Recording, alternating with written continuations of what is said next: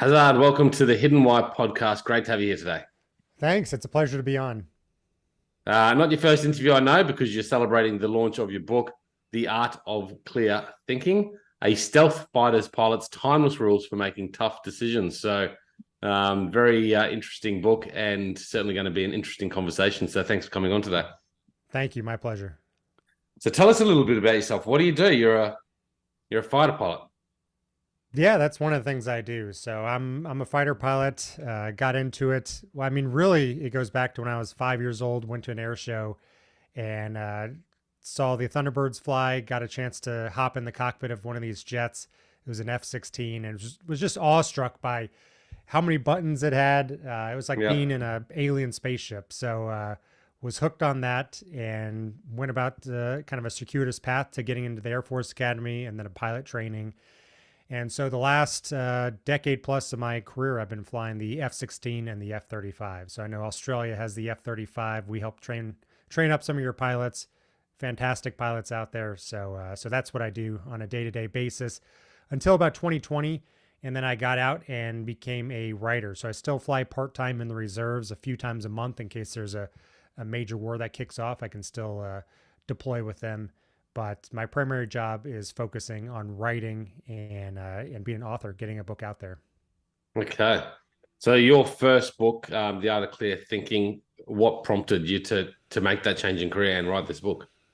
So I had gotten back from Afghanistan in 2017, and I had been selected to transition to the F-35. It was still a new jet, so it wasn't IOC as we call it, initial operating capability.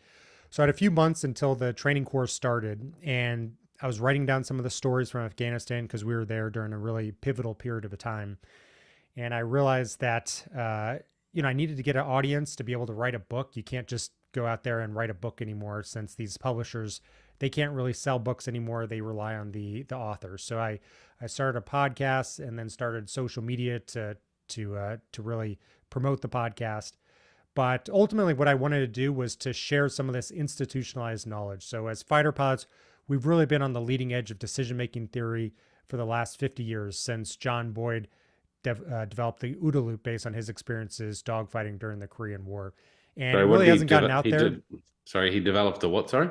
The OODA loop, observe, orient, decide, act. So, if you haven't had a Okay. chance to read it, I have it over my shoulder. I know a lot of people are probably on audio, but Boyd is a fantastic book. He was one of the key fighter pilots during the Cold War, helped develop the F-16, which I flew. But yeah, we have a lot of institutionalized knowledge in terms of learning, in terms of decision making, and it hasn't really gotten a chance to get out there. So I wanted to write a book that was exciting, that was applicable to a lot of people, almost like a Malcolm Gladwell book combined with elements of Top Gun. So mostly storytelling, because that's how we learn as humans. We don't just learn from a list of facts, we learn from experiences and then the adjacent experiences from other people's stories. So I've tried to put all that information into the book, and it's been well received. So it's great to see it finally out there. So, the art of clearer thinking, not just about how to think better necessarily, but making or learning, I guess, as primarily the foundational point of that, and then making better decisions from that. Correct. I think the best compliment you can give someone is not that they're smart, it's that they're a clear thinker. And A as clear fighter pilots, thinker. if you boil my job down, it's to make decisions, thousands of decisions each flight, often with incomplete information and lives on the line. And it's really, if you boil it down, I am in a suit of technology that augments my decisions. I can fly 100 times faster than I could by foot. I can carry far more. I'm thousands of times more capable than I could be on my own. But that's not just for me as a fighter pilot. Really, it's all of us. Our phones can do the job of dozens of people from just a few years ago. Same thing with our computers. Our cars are smart. There are reports now out of Silicon Valley that the next billion-dollar company will be run by three or fewer people. And that's because of the leverage that AI is having. So each one of those decisions is extremely leveraged, just like we have as fighter pilots. So it's important. I don't know about you, but I never learned a decision making framework. We never focused on it at school. So it wasn't until I became a fighter pilot that I really started to dive into this. Right. I can tell by speaking with you that you're quite a clear thinker as well. Well, thank you. Like I said, that's the best compliment you can give someone. So flying these fighter jets, I can only assume you have to be perhaps not fairly smart, but you have to be knowledgeable of how to use that equipment around you. But then how to use that in a very rapid situation where you've got uncertain details of information coming at you very quickly, right? Correct. Yeah, these air combat's extremely complicated. One of the biggest misconceptions that people have is it's this 1v1 cage match from like Top Gun. You send up your best plane or two against the enemy's best plane or two, but it's really far from that. It's really, we're sending up dozens, if not hundreds of aircraft, and it's multi-domain. So we have assets on the ground, we have assets in the sea, we have assets in space, even in the cyber world. And so our job is to mission plan these scenarios to develop a plan that can ultimately achieve our end objective. So really complex scenarios that we're trying to drive and ultimately win in. The enemy is doing the same thing. They're targeting our weaknesses, targeting our decision making, the uncertainty. So it's the fog and friction of war is absolutely a real thing. And so it's the person or side that can think the clearest and quickest that usually wins. Okay, so as part of the training which you were involved in towards the later part of your career there, training others to become a fighter pilot jet, these are the things you run them through, how to, learn better, how to learn faster, how to make better decisions. And you've got tools to help you do that. Yeah, absolutely. So I had a really unique experience of helping to develop the syllabus for the F-35. So the F-16 had been set. It had been around since the 1970s. So with the F-35, it's a completely new aircraft, a new paradigm of air combat. There's a lot of different changes. And so in 2017 through 2020, we were trying to figure out how to teach pilots in a new way that's more efficient than it was in the past. Okay. The F-35 presents some unique opportunities since it's such a smart aircraft. It's a lot different than just the stick and rudder flying that you might have seen in the first Top Gun or in the 1990s type scenarios. It's really about being able to see these complex scenarios. The F-35 is essentially a flying supercomputer, and when we go out, still 80% of the force are these Fortune legacy fighters. So our job is to find a way to utilize them effectively. So it's a unique way of operating a jet, and so we had to develop a new syllabus for doing that. And these jets are pretty expensive to fly, anywhere between $30,000 and $50,000 an hour. So we had to develop some new techniques for allowing students to learn faster. Now, this is probably a very basic level sort of idea, but is it similar to like driving an old manual vehicle from the 60s as opposed to driving perhaps one of the newest smart, electronic cars today? No, but on the next level? That's a perfect example. So the F-16 designed in the 70s, it's been upgraded a little bit, but I would say it's inherently a 1990s type aircraft. So it's like a 1990s Corvette. Great fun to fly. It's still my favorite aircraft. It's, manual. Whereas the F-35, it's like driving a new Tesla. So you have different characteristics. It's a lot smarter, a lot more situational awareness. There's a lot of other things if you want to go into it, but it's an incredible plane. Not quite as fun to fly as the F-16. That's still more of a visceral experience. But what it required was a new way of learning, a new way of instructing. So that's one of the things I did during my last job on active duty.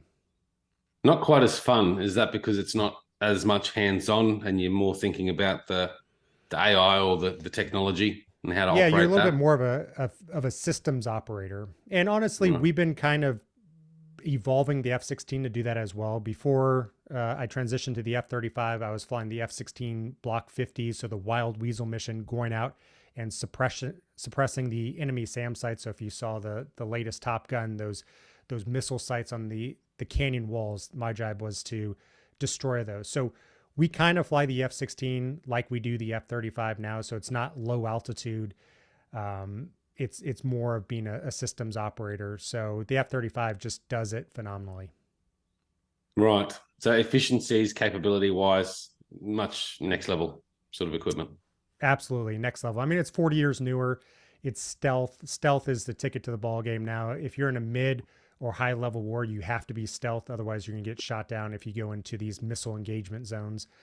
It has amazing sensors, so we can see out to the horizon. It's incredible. And to combine those two things is very difficult. To make a stealth aircraft, because it's inherently in the design, If you look at the F-35, very smooth, no antennas, vents, things like that.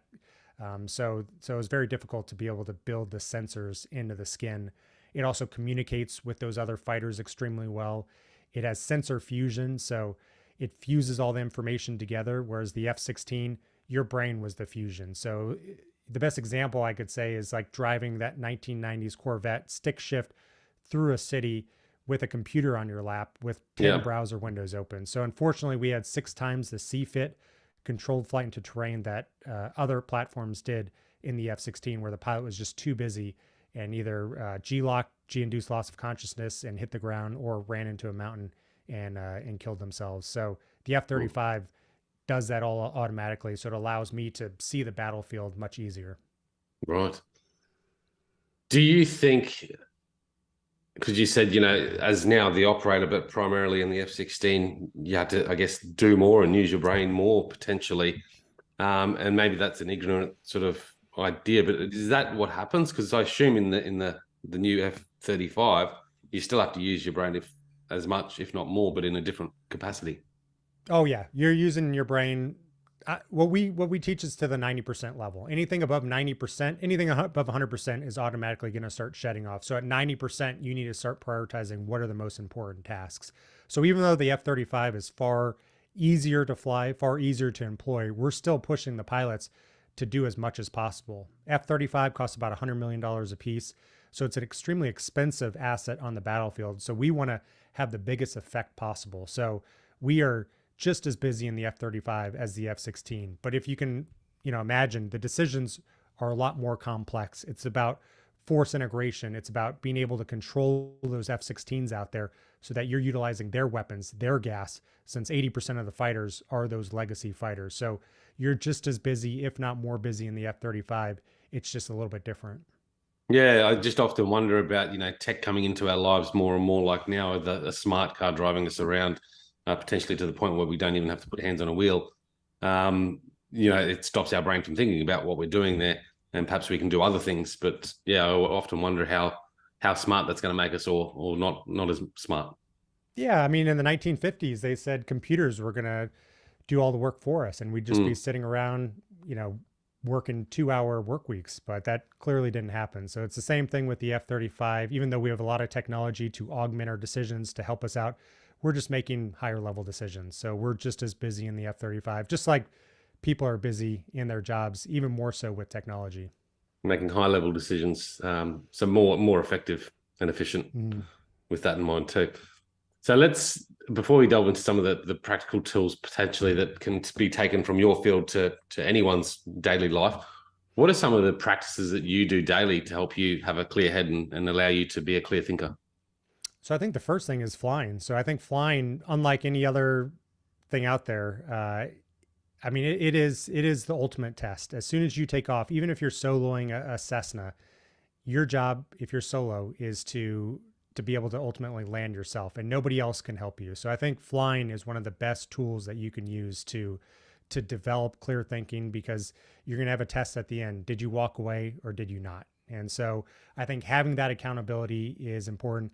I think debriefing is critical. So when we fly, we'll only fly for about an hour to an hour and a half. But when we come back, we will spend 2 to 6 hours debriefing that sortie, going through everything that we did wrong and how to do it better. Sometimes listening to the same radio call 15 times to find a way to say it better the next time. So that is an extremely effective tool that I see that's not used quite as much as it should be in the civilian world. It doesn't need to be 2 to 6 hours. Just having a dedicated time scheduled after important tasks, I think is critical. And if you ask any fighter pilot, the most effective learning comes in the debrief. Okay. I assume the planning stage of that is quite lengthy too, for what you guys do. Correct. Even for training sorties, the planning will be anywhere from 3 to 12 hours, but sometimes for real world missions, we're planning years into the future. So there is an extensive amount of mission planning that goes into it. Yeah. You often hear that a lot of people, and guilty as, don't spend enough time in the planning stages or even the debriefing stages before resetting and going again. And I would say the debriefing is the one that I see passed A lot over of the most. So I see a lot yeah, of people planning, a lot of people yeah, paralyzed by making decisions. One of the sayings we have is that no decision is a decision, and it's usually the worst one to make. So we have so many decisions to make that if people are getting hung up, especially on non-important ones, you're going to allocate all your time towards one non-important decision when you can make that quickly, move on to the next one. So I would say people need to speed up their mission planning, but they need to spend some more time debriefing from in general from what I've seen. okay. How do we get better at making decisions about what's important to focus on, what's not important to focus on, therefore moving on and debriefing the Yeah. potentially more critical So tasks. one of the chapters in the book I talk about is Eisenhower's decision to delay D-Day by a day. So there's some poor weather. He chose to delay it for a day, and even though there's a very narrow window of weather, he chose to execute. And so I go through the decision making in the book, but ultimately Eisenhower was a master at understanding the difference between what was important and what was urgent. And so he would compare those two. And so you can make a quadrant out of them. If you can imagine what's important and what's urgent, that's obviously the most important thing. Most people don't struggle with that. But then a lot of people struggle with what to do, something that's urgent or important. And due to an effect called the urgency effect, most of us bias towards what's urgent. And so those are the email notifications, the meeting invites, things that are just sapping your attention away. And so, one of the studies in the book that I cite is if you can just write your tasks down into and put them into these quadrants, what's important and urgent, what's urgent that's not important, not urgent but important, and what's not urgent and not important. If you can just write your tasks down, you can increase your ability to prioritize by 60%. So I think that's the first thing you can do to help yourself to prioritize. Yeah. I think it was in a book by Stephen Covey, and he talks about that quadrant: important, non-important, necessary, Correct. unnecessary, potentially. Okay. Yeah, I know. Um, A lot Similar of people theory. have run with Eisenhower's decision making matrix. Yeah, Eisenhower's. Okay, so when you're in a debriefing session, do you guys bring out that chart and put down all the tasks or thoughts that you need to discuss? So the way we break it down in our debriefs is through assess, choose, and execute, and that's kind of how I wrote the book. So first, being able to assess the problem in front of you. So if you don't have a proper assessment of the problem, you're not going to be able to consistently make good decisions. So that can be when we're flying. Did we see the correct thing? Did we interpret it correctly? Did we hear the right radio call? After that, did we choose the correct course of action? So we have a lot of tactics. It's like a sports playbook. So there are a lot of different things we can do based on what we're seeing. Did we choose the correct tactic? And then lastly, did we execute it correctly? So there are a lot of buttons, a lot of switch actuations in the jet. It's easy to screw one of those things up. So did we execute it correctly? So that's really how we trap the errors and how we categorize it to be able to improve for the next time. So assess, choose, and execute. So you'd sit down and then look at those three factors as part of what you've just done, and Correct. what part of those areas could be done better. Correct. Um, what are the common errors you find in that sort of process of doing that? It's all over the place. So different people struggle with different aspects of it. So a Yeah. lot of people aren't able to optimize their cross check. So our cross check is what we're focusing our attention on. So they're not focusing it on the most important things throughout the different stages of flight. We have to focus on different aspects, and there are different variables to focus on. That's one of the things I talk in the book is how to identify those key variables of what's important, what's not. And I go into power laws for that. So a lot of people struggle with that. A lot of people struggle with shedding tasks and prioritizing. So they want to do everything perfectly. And with the missions that we're flying, we're pushing people to go past their limit. So they're going to have to shed tasks that they want to do. And so a lot of people, especially young pilots, they don't do that smartly. And so they get task saturated and they don't have a smart plan for being able to free up some mental bandwidth. Mm. So that's one. Another one, especially with young pilots, is being able to execute correctly. So they will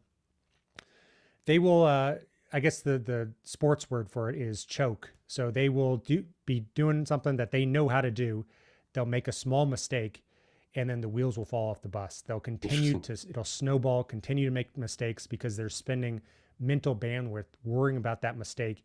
And that's mental bandwidth that can't go into getting themselves out of the situation that they just got themselves into. So different pilots have struggled with different aspects.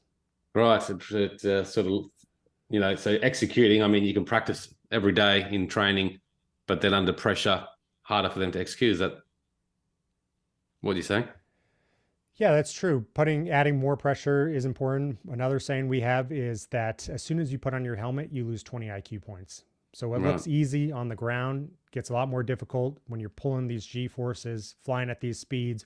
When your lives on the line, you could easily run into another jet. So it gets much more difficult when you're in the air. So finding a way to smartly put pressure on these students is important. There's an optimal zone of performance. If they go past it, they'll be out of their element. They'll they'll be struggling. One of the studies that the Air Force has done, they started noticing this in World War II, that good pilots were making stupid mistakes in combat, and they were finding that they were overly stressed. And uh, one of the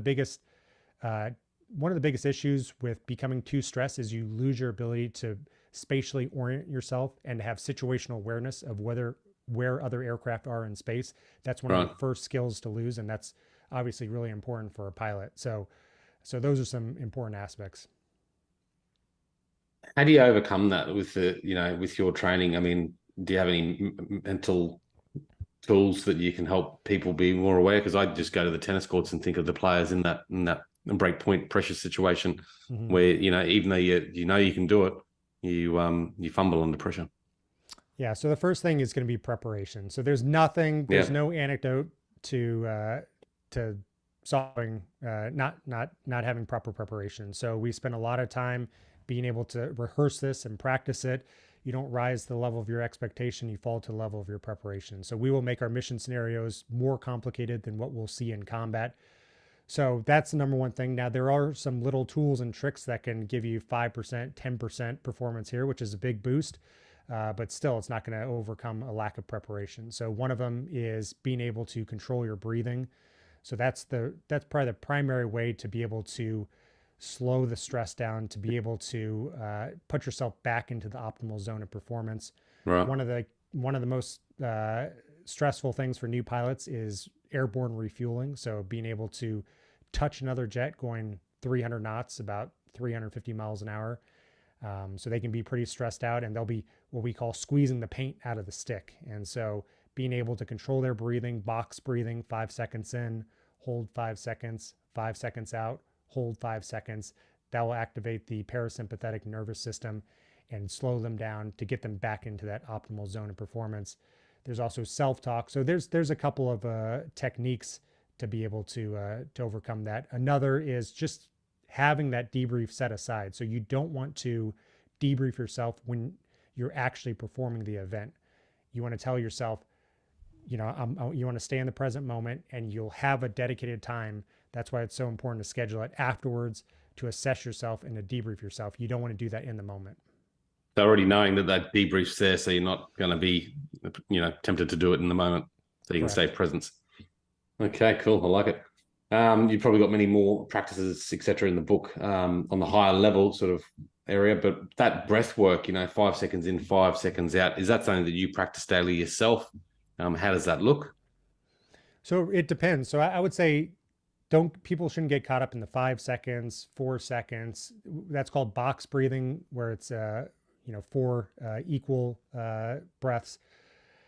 It really depends on your oxygen demand. So sometimes when we're dogfighting, our heart rates will get up to 170, 180 beats a minute. So you need a higher oxygen demand, so that box breathing won't quite work. So we have triangle breathing, 5 seconds in, 5 seconds out, hold for 5 seconds. So they're different types of breathing, but I would say the most important thing is just slowing down your breathing, slowing down or activating your parasympathetic nervous system, and returning yourself back to an optimal state. So yeah, the breathing is something that I do. I don't know if it's a daily thing, but when I notice that I'm getting a little bit stressed out, that's what I'll use to get back into the optimal zone.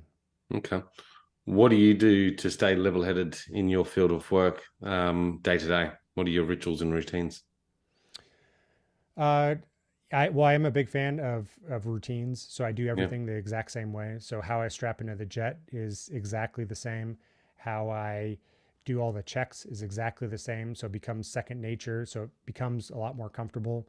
Now, when I switched from the F-16 to the F-35, it took me about a year to get comfortable with the F-35 because all those routines were different. And so I was thinking F-16, and it would take me a couple seconds to translate into F-35. And at the speeds we're flying, it's a mile every 3 seconds.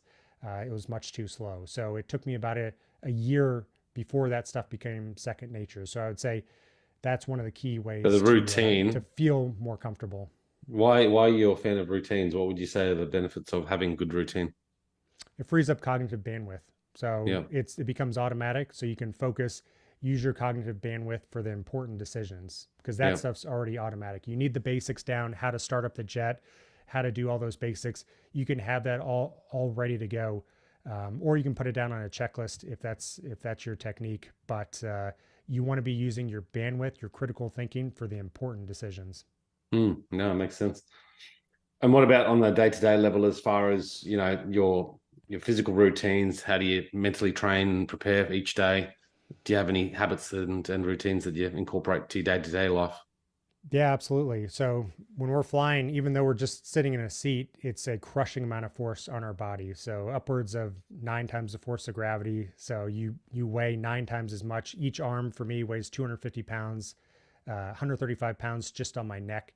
So the problem is, if you lose enough blood, you can pass out and you can die because you'll hit the ground before you wake up. So for me, I work out every day. I like working out in the morning, get the blood flowing. There's a lot of human performance stuff that I do. So trying to get sunlight, trying to stay hydrated. Just 3% dehydrated, you can reduce your G tolerance time by 50%. Eating healthy, sleeping. So I have routines for everything. So I'm a big fan of routines, making things automatic, so that you can increase your performance without having to spend a lot of dedicated time thinking about it. Okay. Any particular practices that you'd like to share with the audience that you typically do? That Uh, Working out. I would say working working out out? is the Yeah. single best thing that probably anybody can do for their health. So one, it Yeah. teaches discipline. Two, it helps you to handle more stress. Three, it makes you stronger. It makes your cardio better. One of the issues that we have that new pilots sometimes have is their cardio isn't up to speed. So as you get more tired, you start making poor and poor decisions. So you want to be in peak performance to be able to absorb that stress. And so one of the key ways to do that is through physical exercise. So I'm a huge fan of working out every day. Now you don't have to kill yourself every day, but a 30-40 minute session every morning. I'm a fan of that. Yeah. How do you stay mentally fit in your role? I mean, obviously that probably plays a big part in everything that you do, including your sleep. And obviously, as you said, if you're tired, you make worse decisions. Yeah, absolutely. So a lot of the same things from a foundational perspective, making sure you sleep, making sure you eat well, staying hydrated. Our missions in Afghanistan would sometimes be 6, 8 hours long. So that's a long time to be flying a jet and to be focused and locked in. So Mm, it can be challenging to do that. Finding ways to take small breaks to be able to prolong that period of being able to stay alert. Um, Again, working out to be able to absorb the stress for that long of a period of time, and then just continuing to operate. So if you can't expect to just step into the arena one day without training and then to be able to crush it and be able to fly an 8 hour sortie. You have to work your way up. You have to prepare for that. in your practice as well. And do you have any mindfulness meditation sort of things that you promote or do yourself to help relax and unwind? Yeah, I think meditation is important. So that's one of the key skills that I started using in Afghanistan because we were doing some very stressful missions. So being able to unwind, um, being able to meditate to unwind was an important part of that. And it also helps to control your focus. Again, no sortie is going to be perfect when you're flying. You're going to make mistakes. You need to focus on the present moment. And meditating is one of the best tools to be able to realize that your mind has strayed and then to come back to the present moment. So I'm a big Mm, fan of meditation. I think it's important to be able to take it off the mat. So not just do it in a sterile environment, to be able to learn those techniques when you're working out, to learn them when they're actually in your job. The ultimate goal is to be able to use it when you're actually stressed. Yeah, nice one. So we talked a lot about developing better decision-making abilities, but what about learning? Like what are some of the techniques we can do to learn better and faster? Most important thing is to prioritize concepts over facts. So information does not equal wisdom. So being able to come up with concepts. So one thing with flying is there are a lot of facts to memorize. And so that's one of the things we tried to stray away from when we were developing the F-35 syllabus, is prioritizing those concepts, because the facts, especially when you're using intelligence to come up with those facts, they change day to day. So that's one of the things we did, was de-emphasize the facts and increase the concepts so that we can understand the edge cases over a wide circumstance. So I think that's the most important thing, being able to work backwards from your overall goal. So for us, that was making a wingman that could survive and thrive into the late 2030s. And so working our way backwards of what do we need to make that happen, as opposed to just relying on dogma. So for instance, the F-35, it will tell you if there's an issue with the jet. So we didn't have to have students memorize the oil pressure or the fuel pressure, things like legacy fighters had to do. If there's an oil pressure, it'll turn yellow. If there's an issue, it'll turn red if it's bad. So we needed students to focus their mental bandwidth on how, the actuations that they needed to do inside the jet, as opposed to just memorizing things because that's the way it was done. Do you still train the newer pilots in the F-16? F-35. So All So I do. F-35? I'm in the reservist. I'm in the reservist side now. So I fly only a couple times a month. I do student training rides, but my primary job is riding now. Is writing. Yeah. Well, mate, anything from the book that you want to share? Any interesting stories or tools that we haven't touched on potentially? I think you covered a lot of it. It's just been really amazing to see how it's been received. So it was a Wall Street Journal #2 bestseller in the country. It's one of Amazon's top books of 2023, and it was selected as a must read by the Next Big Idea Club with Malcolm Gladwell. So it's just been great writing a book. It's a multi-year journey. I wrote every word in this book. So, we talked about the debrief. You don't get a debrief on a book for years. And so it's great that it's finally out in the world and people are liking it. So I'm just happy to see that. What's next for you?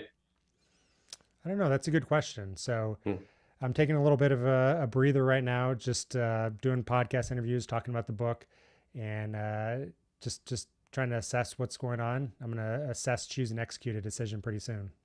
Okay, nice. And you got a fairly popular YouTube channel, the one of the most viewed military aviation channels on YouTube. Correct. As well. So you keep working on that.